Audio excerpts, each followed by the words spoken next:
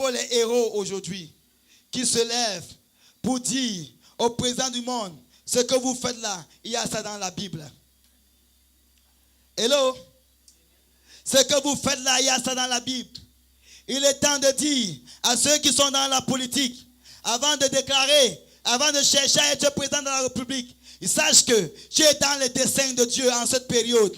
Et sache que là où tu vas aller là, voilà ce qui est préparé pour ces gens-là. Est-ce que quelqu'un comprend ça? Bien-aimé, ce que tu fais aujourd'hui, tu sais que, bien-aimé, ces choses ont été écrites dans la parole. Nous sommes en plein dans les prophéties. Le rassemblement de l'Iran, aujourd'hui, qui est en train de se passer, l'Iran et le pays de Middle East, qui se rassemblent aujourd'hui pour pouvoir détester Israël. C'est ce qui a été écrit des milliers d'années auparavant. C'est la formation de la guerre d'Armageddon qui est en train de se préparer sur nos yeux. Les choses qui avaient été prophétisées des milliers d'années auparavant sont en train de se dérouler sur nos yeux. Mais malheureusement, bien-aimés, on a des gens qui ne voient pas. C'est l'homme, c'est comme bien-aimé. Les enfants d'Israël priaient et disaient, Seigneur, envoie le Messie. Tu avais prophétisé depuis au temps d'Adam et d'Ève que la postérité de la femme écrasera la tête du serpent. Tu as prophétisé qu'il y aura un Messie qui viendra nous délivrer, viendra nous sauver. Ils ont prié pendant des années et des années. Mais malheureusement, lorsque le Messie était là, personne ne l'a reconnu. Lorsque le Messie est venu, même les rois qui étaient supposés le reconnaître n'ont pas reconnu. Hérode a cherché plutôt à tuer le Messie. Et le Messie avait été reconnu par des personnes de rien. Des personnes de rien. Des personnes sans intelligence. Le Messie avait été reconnu par Anne, la prophétesse, qui était veuve, abandonnée de tous et vivait seulement dans l'église. Le Messie avait été reconnu par le vieux Siméon, les personnes de rien. Le Messie avait été reconnu par les bergers qui étaient dans les rues pour garder leurs troupeaux. Le Messie était reconnu, bien-aimé, par les Élisabeth, par les Zacharie, des personnes de rien. Mais les personnes qui étaient supposées le reconnaître ne l'ont pas reconnu. Bien-aimé, il en sera de même. Toutes ces prophéties s'accomplissent devant nos yeux. Mais nous vivons comme si de rien n'était. On vit comme la vie n'avait pas changé. Et comme si rien n'était. On vit, on se laisse entraîner par le système de ce monde qui nous aveugle. Et nous continuons à combattre et à lutter avec des personnes qui se moquent de nous. Et l'Esprit de Dieu parle à son peuple. Et on a le cœur endurci. Et on a le cœur fermé. On écoute plus les balivernes que la sainte doctrine. Que le Dieu de grâce nous aide.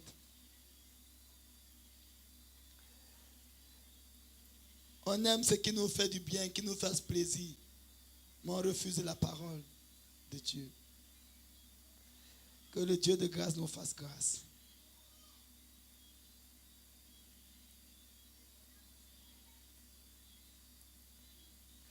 Bien-aimé, on parle de la pierre qui est descendue de la grande montagne sans le secours d'aucune main et a frappé la statue de Nebuchadnezzar. La Bible dit le royaume de ce monde deviendront le royaume de Dieu et de son Christ. Les saints du Très-Haut vont posséder le royaume. Dieu ébranle les choses ébranlables pour établir les choses inébranlables. Les choses naturelles sont en train de céder place aux choses spirituelles.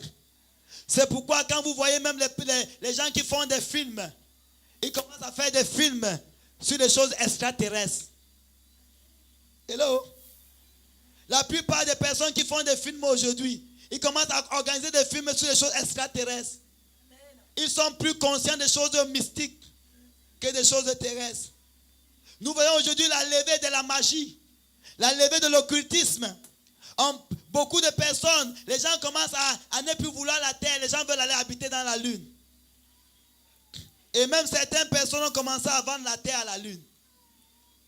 Il y a un monsieur qui a commencé à vendre les portions de terre à la lune, dans la lune. Hello?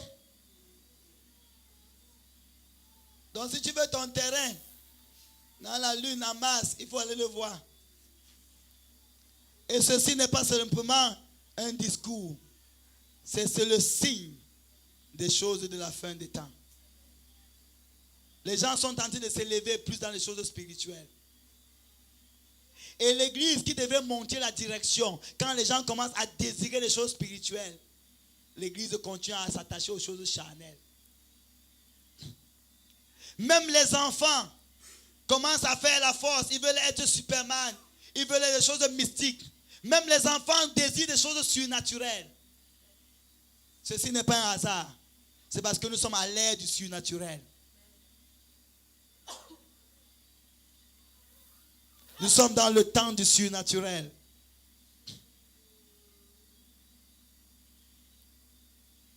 Les caractéristiques du royaume de Dieu qui est en train de s'installer, c'est un royaume qui ne sera jamais détruit. Aucun autre royaume ne va pouvoir succéder ce royaume. Et ce royaume va détruire et finir le royaume païen. Et ce royaume subsistera pour toujours. Vous pouvez prendre des passages. Apocalypse chapitre 2, versets 26 à 27. Daniel chapitre 7, versets 13 à 14. Et le verset 18. Daniel chapitre 7, versets 21 à 22. Apocalypse chapitre 17, versets 16 à 18.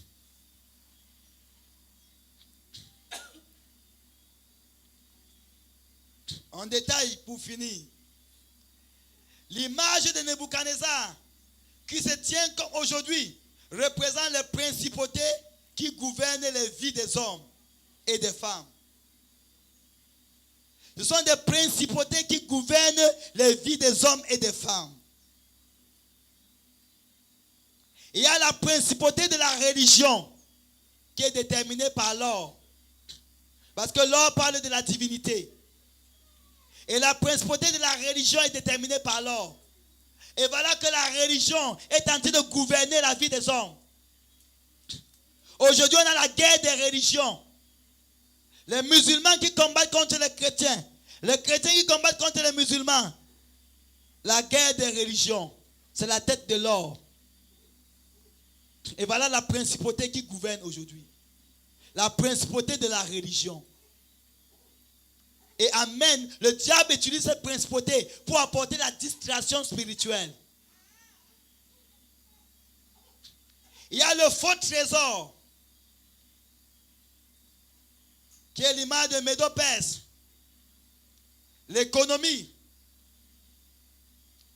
L'économie. Aujourd'hui, on distrait également les hommes par l'argent.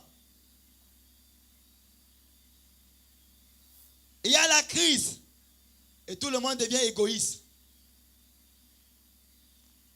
Les spéculations sur l'argent poussent les gens à se trahir les uns les autres à cause de l'argent. Les gens deviennent des escrocs pour de l'argent. Voilà la principauté qui agit. La principauté de Médo-Perse. La principauté, l'empire d'Alexandre le Grand est déterminé par l'éducation, les langues, le spectacle, le sport, la culture. Aujourd'hui, voilà ce qui domine encore la vie des gens. Le spectacle. Ils aiment le spectacle. Quand il y a un spectacle, tout le monde est zélé. La culture. L'intellectualisme. Tout le monde dit j'ai bac plus 20. C'est la course à l'intellectualisme. a prouvé que je suis mieux instruit. La course au savoir. Voilà l'empire d'Alexandre le Grand, qui était caractérisé par l'éducation, le spectacle, le sport. Aujourd'hui, tout le monde peut payer n'importe quel prix pour aller voir le match France-Brésil.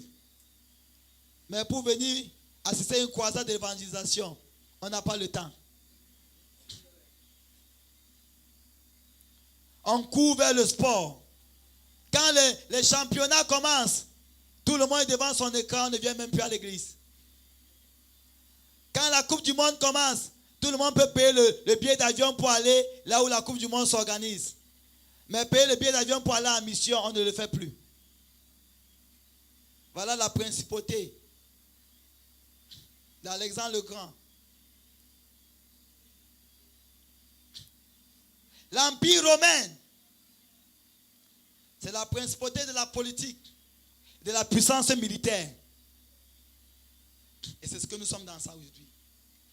La politique et également la puissance militaire. Et voilà comment on organise le monde aujourd'hui. Les pourparlers. Il y a des guerres, des gens qui meurent, les innocents qui meurent. On fait des réunions et des réunions pour parler.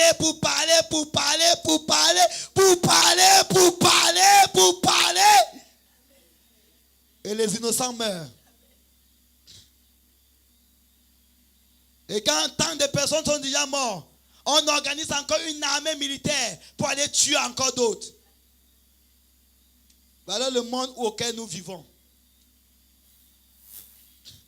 Voilà l'image de l'empire romain révisé. C'est pourquoi la Bible dit au temps de ce royaume, il y a une pierre qui sera détachée de la grande montagne sans le secours d'aucune main. Bien-aimé, si tu attends être supporté par les charnels, tu ne seras jamais supporté par les charnels. Si tu veux te lever pour Dieu aujourd'hui, attache-toi à Dieu et à Dieu seul. Si tu attends l'aide du gouvernement, n'attends pas. Si tu attends l'aide des hommes, n'attends pas. Si tu attends l'aide, bien-aimé, de ta famille, n'attends pas. Si tu attends l'aide des frères et des sœurs, n'attends pas. La Bible dit que sans le secours d'aucune main. C'est pourquoi tu dois choisir ton camp. Si tu es un pleurnichard, tu ne pourras pas subsister. Parce que les pleurnichards seront utilisés. Hello? On va utiliser les pleurnichards. On va utiliser les naïfs. Tu seras un instrument qui sera ballotté ça et là. La grande pierre qui est détachée de la grande montagne écrase l'empire romain qui est caractérisé par la puissance militaire et la puissance politique. La grande pierre écrase l'empire de Alexandre le Grand qui est caractérisé par l'éducation, la culture, le sport. Bien-aimé, la grande pierre écrase l'empire médo-perse qui est caractérisé, bien-aimé, par l'argent. La grande pierre écrase l'empire de Nebuchadnezzar qui est caractérisé par la religion. C'est pourquoi si tu veux servir Dieu en ce temps-ci, il faut bien aimer.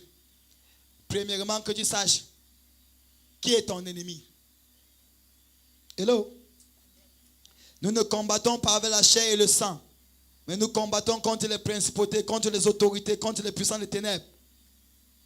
Ça, c'est l'empire romain. Si tu veux avoir la victoire en cette période, il faut que tu sortes de la politique des hommes. La gérance des hommes par la manipulation. Il faut que tu sortes de ça. Si tu veux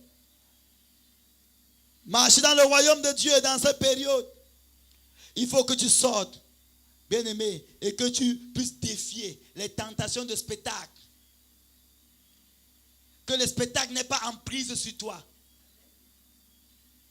que le savoir, l'éducation n'est pas en prise sur toi.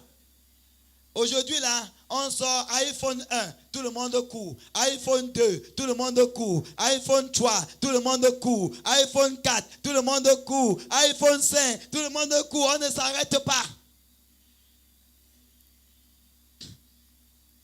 Il faut que tu arrives, que la technologie n'est pas en prise sur toi.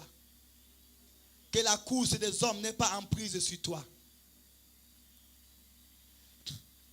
Il faut que tu défies l'emprise de l'argent. Aujourd'hui, tout le monde est envoûté par l'argent. Prêt à tout pour de l'argent. Il faut que tu défies ça.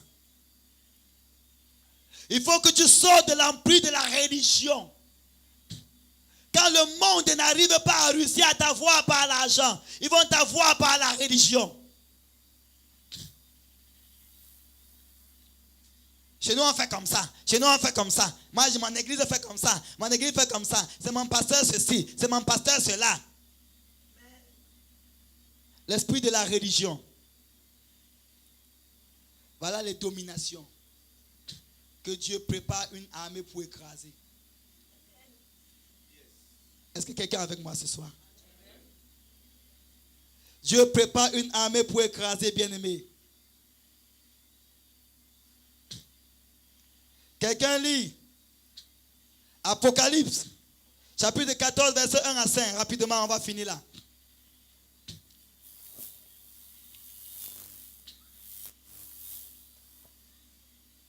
Apocalypse. Chapitre 14, verset 1 à 5. Rapidement, on finit.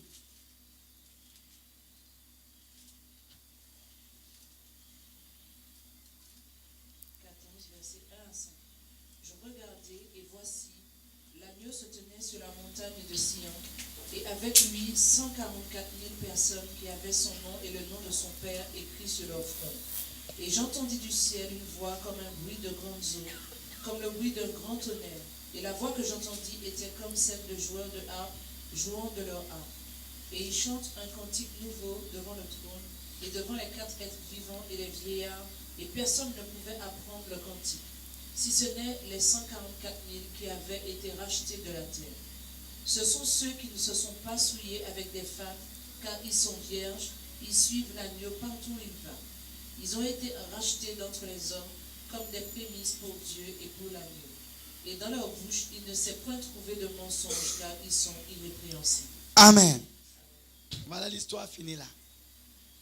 On dit ici que je regardais, l'agneau était où? Tenu sur la montagne de Sion. C'est le lieu le plus haut. La montagne de Sion.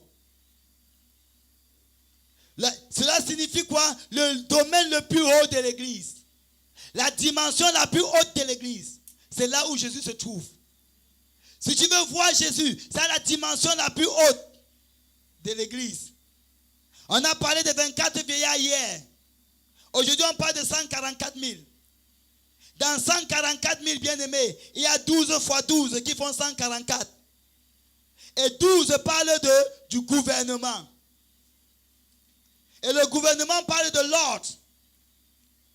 Et 2 parlent du témoignage. Et on dit qu'ils ne sont pas... On parle des tonnerres. Le tonnerre ici parle du jugement. Et on dit qu'ils ne sont pas souillés avec des femmes. La femme ici, c'est l'image de l'esprit de religiosité.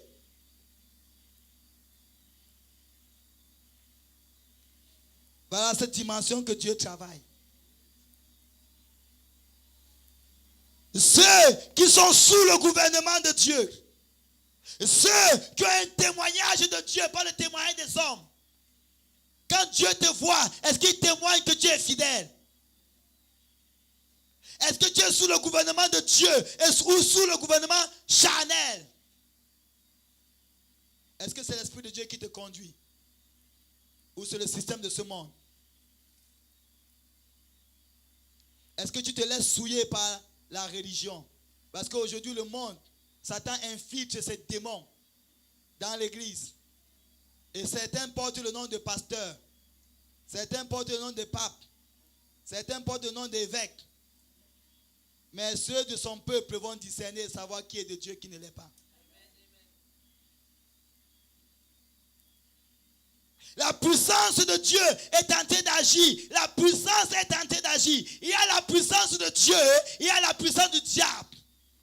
Dans Ephésiens chapitre 2, verset 2, la Bible dit que la puissance de la rébellion est en train d'agir efficacement. Ephésiens chapitre 2, verset 2, il y a une puissance qui agit dans les fils de la rébellion. Donc quand tu te rebelles à Dieu, il y a une puissance qui est libérée dans ta vie, qui commence à agir. C'est pourquoi ceux qui se rebellent à la parole de Dieu, il n'est pas étonnant qu'ils deviennent pires que les animaux. Parce que quand tu te rebelles à la parole de Dieu, la puissance du diable vient t'aider. Et ceux qui sont rebellés à la parole de Dieu, parfois ils commencent à te dérouter. Aujourd'hui, ils commencent avec un peu de péché. Demain, ils continuent. Après-demain, ils parlent publiquement. Ils veulent se marier homme avec homme, femme avec femme. Hier, on faisait la sorcellerie en cachette.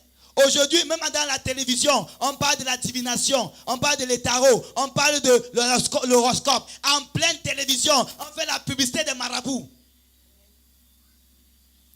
Parce que la puissance du diable agit dans les fils de la rébellion. Bien, ils ne sont pas souciés de connaître Dieu. Bien que le Dieu se soit révélé par des choses de ce monde. Dieu s'est révélé par sa grande création. Ils ne se sont pas souciés de connaître Dieu. Et c'est pourquoi Dieu les a livrés à leur penchant. La puissance du diable commence à agir dans leur vie. Philippiens chapitre 2, verset 13. Verset 12 à 13, quelqu'un peut lire rapidement?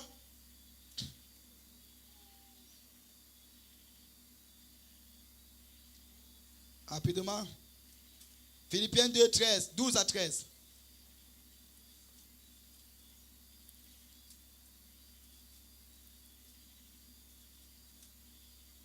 Personne n'est là?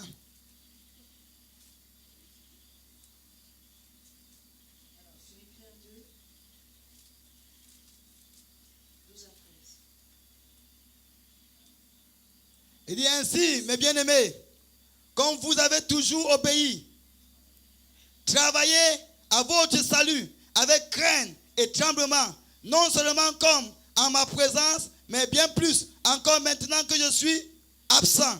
Car Dieu qui produit en vous le vouloir et le faire selon son bon plaisir. Dieu produit en vous. Ceux qui ne sont pas seulement influencés par la présence du pasteur. Il y a des gens qui sont à l'église quand le pasteur est là. Quand le pasteur n'est pas là, tout le monde va en congé.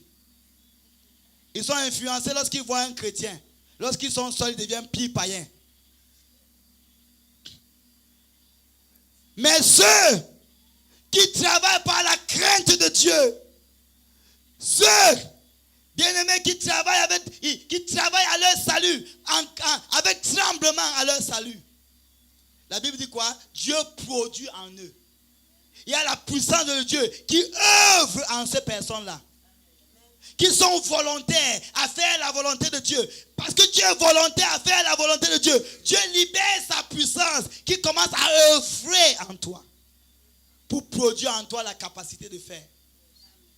Est-ce que quelqu'un comprend ça? Quand tu exerces ta volonté pour vouloir faire la volonté de Dieu, la puissance de Dieu est libérée. De même que les personnes qui se rebellent à Dieu, la puissance du diable est également libérée pour les aider. De même, ceux qui se soumettent à Dieu et qui travaillent à leur salut avec crainte et tremblement, la puissance de Dieu est libérée dans leur vie.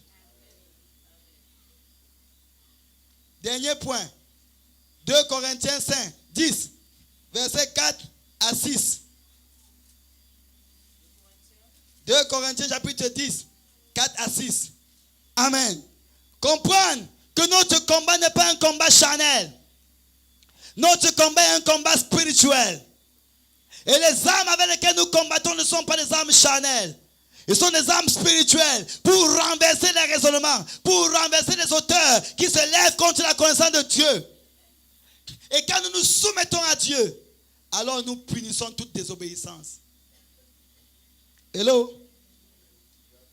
Alors Dieu attend un peuple qui ne combat pas avec la chair et qui n'utilise pas les armes charnelles, la colère, la haine, la méfiance, la rancune, la jalousie, les âmes charnelles,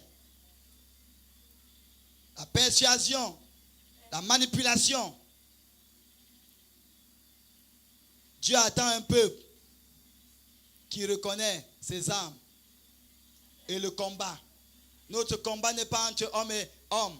Notre combat est contre les esprits. Alléluia.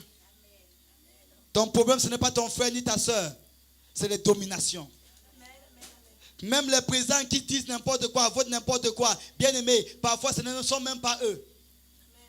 C'est parce qu'il y a les dominations. Il y a quoi? Les dominations. Nous avons vu que, bien aimés, derrière les personnes qui ont des pouvoirs de responsabilité, parfois les dominations les attaquent pour qu'ils décident mal, pour qu'ils fassent des choses qui ne sont pas la gloire de Dieu. C'est pourquoi quand un homme est élevé en dignité, il faut le protéger. Est-ce que nous sommes ensemble? Notre combat n'est pas un combat charnel, c'est un combat spirituel. Et quand nous reconnaissons notre combat spirituel, nous reconnaissons les armes avec lesquelles nous combattons, nous nous soumettons à Dieu, alors nous pouvons punir toute désobéissance. Est-ce que nous sommes ensemble? Est-ce que quelqu'un comprend quelque chose ce soir? Bien-aimé, voilà comment le système des royaumes de ce monde fonctionne. Mais Dieu a un plan. Il commence à stimuler les cœurs de ses véritables fils à retourner à la maison. Parce que Dieu suscite pendant le temps de ces nations un royaume qui ne sera pas détruit. Dieu est en train de susciter pendant le temps des 10 rois un royaume pour lui-même. Et pour le susciter, il commence à créer la faim et la soif de Dieu dans le cœur des véritables fils de Dieu. Est-ce que tu as la faim et la soif de chercher Dieu dans la vérité maintenant? Est-ce que tu as la faim et la soif d'être vraiment sérieux? Est-ce que tu dis la récréation est finie? Il est temps de devenir vraiment sérieux. Est-ce qu'on peut se lever ce soir?